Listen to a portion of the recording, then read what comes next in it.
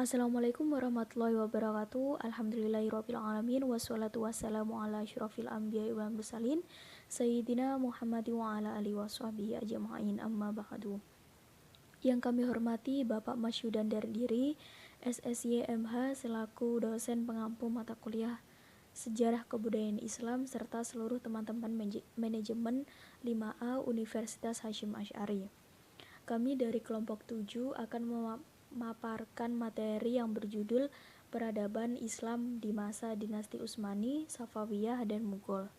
Sebelumnya saya memperkenalkan nama-nama kelompok kami. Yang pertama Indah Diana Marzuki, yang kedua Aufin Ayunda, yang ketiga Nadia Raudatul Hilyah, dan yang keempat Novia Putri Oktaviani. Pembahasan yang kita bahas kali ini, yang pertama sejarah berdirinya Kerajaan Turki Utsmani, yang kedua sejarah asal-usul dinasti Safawiyah, dan yang terakhir sejarah asal-usul dinasti Mughal. Yang pertama yaitu sejarah berdirinya Kerajaan Turki Utsmani. Kata Utsmaniyah diambil dari pendiri pertama dinasti ini, yaitu Utsman ibnu Ertogrul ibnu Sulaiman Shah. Para pendiri Daulah Utsmaniyah ini berasal dari suku Koyi, keturunan Oghuz. Bani Utsmani merupakan keturunan dari kabilah Turkmaniyah yang mendiami Kurdistan pada abad ke-13. Adapun profesi awal mereka adalah penggembala. Adanya serangan dari Mongolia yang dipimpin oleh Genghis Khan ke wilayah Irak dan Asia Kecil pada tahun 1220 Masehi mendorong pemimpin suku tersebut, yaitu Sulaiman Shah, kakek dari Utsman, yang berhijrah meninggalkan Kurdistan menuju Anatolia dan menetap di kota Akhlad. Sulaiman Shah dengan 1000 pengikutnya mengembala ke Anatolia dan singgah ke Azerbaijan. Namun sebelum sampai tujuan, ia meninggal dunia dan kedudukannya digantikan oleh putranya, yaitu Ertogrul, untuk melanjutkan perjalanan sesuai dengan tujuan, yaitu ke Anatolia. Sesampai di Anatolia, mereka diterima oleh penguasa dinasti Saljuk, yaitu Sultan Alauddin II, yang sedang berperang dengan Romawi Timur yang berpusat di Bizantium. Ertogrul membantu Sultan Alauddin II untuk melawan Romawi Timur, sehingga dinasti Saljuk mengalami kemenangan. Sultan merasa senang dan memberikan hadiah kepada Ertogrul, memberikan wilayah Dorilaeum atau Iskisahar yang berbatasan dengan Bizantium. Mereka menjadikan Sogut sebagai ibu kota pemerintahan yang independen yang berdiri pada tahun 1258 Masehi yang bersamaan dengan lahirnya Utsman. Sepeninggal Ertogrul, atas persetujuan Sultan Alauddin II, kedudukan Ertogrul digantikan oleh putranya yang bernama Utsman, yang memerintah Turki Utsman antara tahun 1281 sampai 1324 Masehi. Serangan Mongol terhadap Baghdad termasuk Saljuk yang terjadi pada tahun 1300 menyebabkan dinasti ini terpecah-pecah menjadi sejumlah kerajaan kecil. Dalam kondisi kehancuran Saljuk inilah Utsman mengklaim kemerdekaan secara penuh atas wilayah yang didudukinya, sekaligus memproklamasikan berdirinya Kerajaan Turki Utsmani. Kekuatan militer Utsman menjadi benteng pertahanan sultan dinasti-dinasti kecil dari ancaman bahaya serangan Mongol. Dengan demikian, secara tidak langsung, mereka mengakui Utsman sebagai penguasa tertinggi dengan gelar Padiansyah Ali Utsman. Selanjutnya yaitu penaklukan Konstantinopel. Upaya untuk menaklukkan Konstantinopel dimulai sejak pemerintahan Khalifah Utsman bin Affan, para khalifah dari Bani Umayyah dan Bani Abbasiyah, hingga Sultan Murad II dari Daulah Utsmaniyah. Upaya selama 8 abad tersebut mengalami kegagalan sebelum dilanjutkan oleh Sultan Muhammad II yang selanjutnya disebut Sultan Al-Fatih. Ketika Sultan Murad II digantikan oleh anaknya, yaitu Sultan Al-Fatih pada awal 1451 Masehi, secara luas bahwa Sultan muda yang berusia 19 tahun akan menjadi penguasa yang belum mampu dan tidak menimbulkan ancaman besar bagi kedudukan Kristen di Balkan dan Aegea. Keyakinan ini diperkuat oleh utusan yang dikirim kepada Sultan Al-Fatih pada awal pemerintahannya.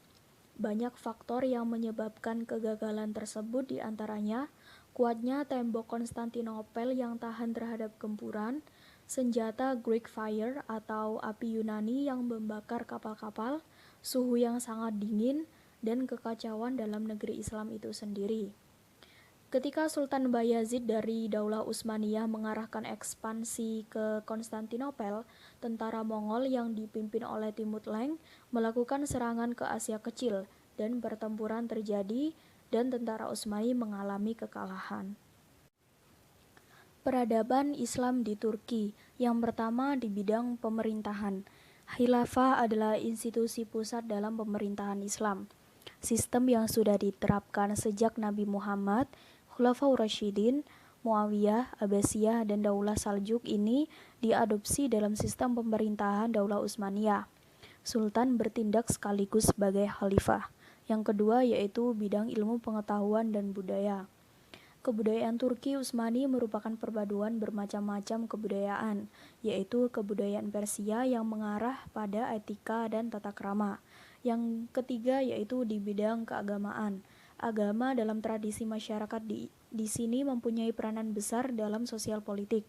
Masyarakat digolongkan berdasarkan agama dan kerajaan sendiri sangat terikat dengan syariat, sehingga fatwa ulama menjadi hukum yang berlaku.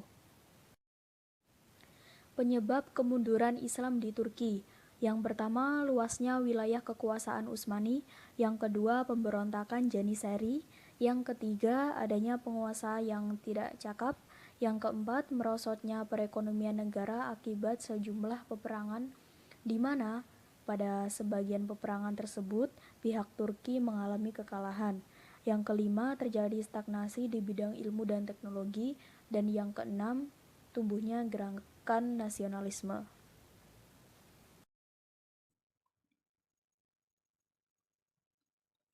Sejarah asal-usul dinasti Safawiyah. Daulah Safawiyah berasal dari sebuah gerakan tarekat yang terdiri di Ardabil, sebuah kota di Azerbaijan. Ini diberi nama Safawiyah dan berdiri pada waktu hampir bersamaan dengan Daulah Utsmani. Namun Safawiyah diambil dari nama pendiri, Safi al-Din. Nama tersebut terus dipertahankan hingga tarekat ini berubah haluan menjadi gerakan politik. Tetapi Safi al-Din berasal dari keturunan orang yang berada dan memilih sufi sebagai jalan hidupnya. Ia keturunan dari Imam Syiah yang keenam, bernama Musa al-Haslim. Gurunya bernama Syekh al-Din Ibrahim Zahidi atau dikenal dengan julukan Zahid al-Jilani. Karena prestasinya dan ketekunannya dalam kehidupan bertasyawuf, Safiatuddin diambil menantu oleh gurunya tersebut. Kecenderungan memasuki dunia politik baru dapat terwujud pada masa kepemimpinan. Siapa berhasil memperluas gerakannya dengan menambah kegiatan politik pada kegiatan keagamaan, titik perluasan itu menimbulkan konflik antara Junaid dan penguasa Karakoyunlu, salah satu suku Turki yang berkuasa di wilayah tersebut. Dalam konflik keduanya, Junaid kalah dan diasingkan ke suatu tempat. Di tempat baru itu, ia mendapat perlindungan dari penguasa Diyarbakir.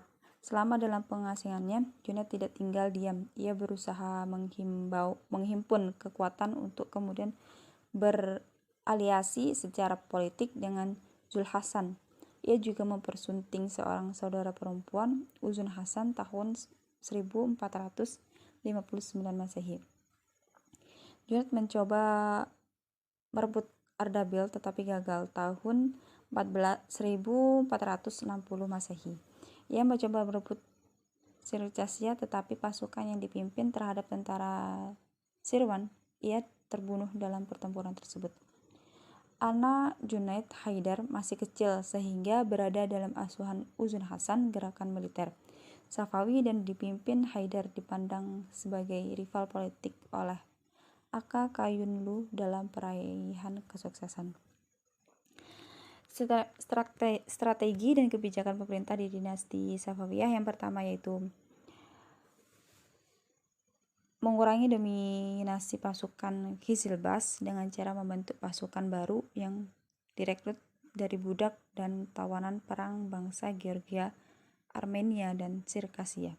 Yang kedua yaitu melakukan perjanjian damai dengan Turki Utsmani yang isinya menyerahkan wilayah Azerbaijan, Georgia, dan meminta Sultan Abdullah I berjanji tidak akan menghina 3 khalifah pertama dalam Islam, yakni Abu Bakar, Umar, dan Utsman. Kemajuan peradaban Islam pada masa Daulah Safawi yaitu ada 3. Yang pertama yaitu politik dan pemerintah. Sistem pemerintahan Safawi terbentuk teokratik, pejabat tertinggi negara dipegang oleh wakil sah baik dalam urusan politik maupun keagamaan. Dan ekonomi, majunya sektor perdagangan dalam bidang pertanian. Daulah Safawiyah memiliki daerah bulan sabit yang sangat subur sehingga.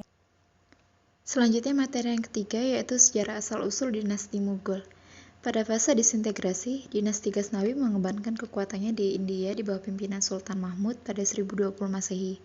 Ia berhasil menaklukkan hampir semua kerajaan Hindu di wilayah itu, sekaligus mengislamkan sebagian masyarakatnya.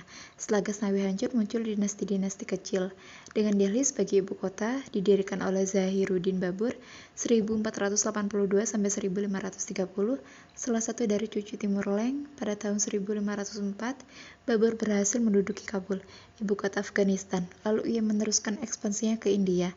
Terjadinya krisis dan pengkhianatan oleh Alam Khan kepada Ibrahim Lodi. Dibantu oleh Babur, Alam berhasil meruntuhkan pemerintahan keponakannya di Delhi setelah pertempuran dahsyat pada 21 April 1526 Masehi.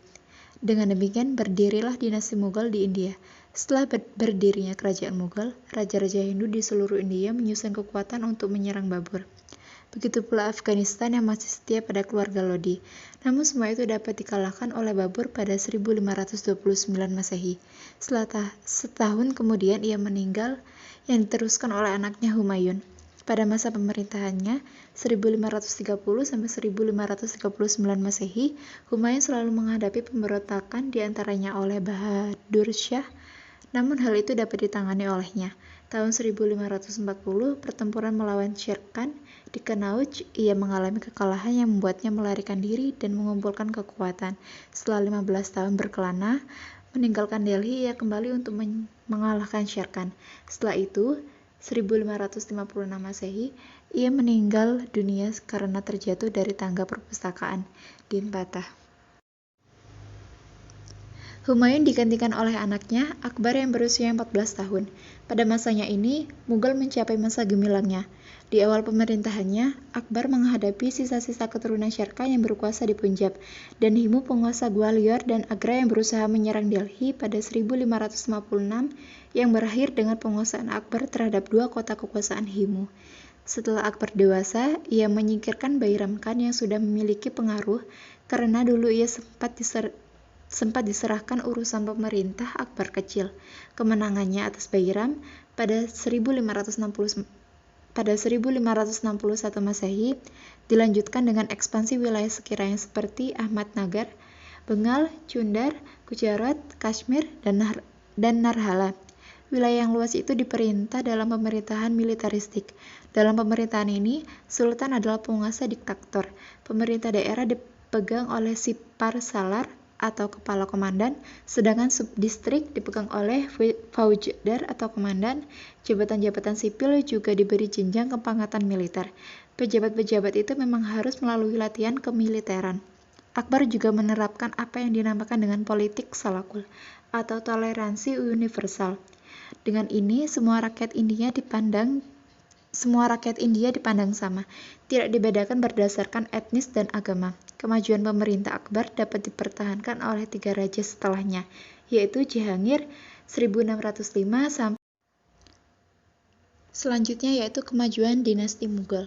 Di bidang ekonomi, mengembangkan program pertanian, pertambangan, dan perdagangan, sumber keuangan negara lebih banyak bertumpu pada sektor pertanian.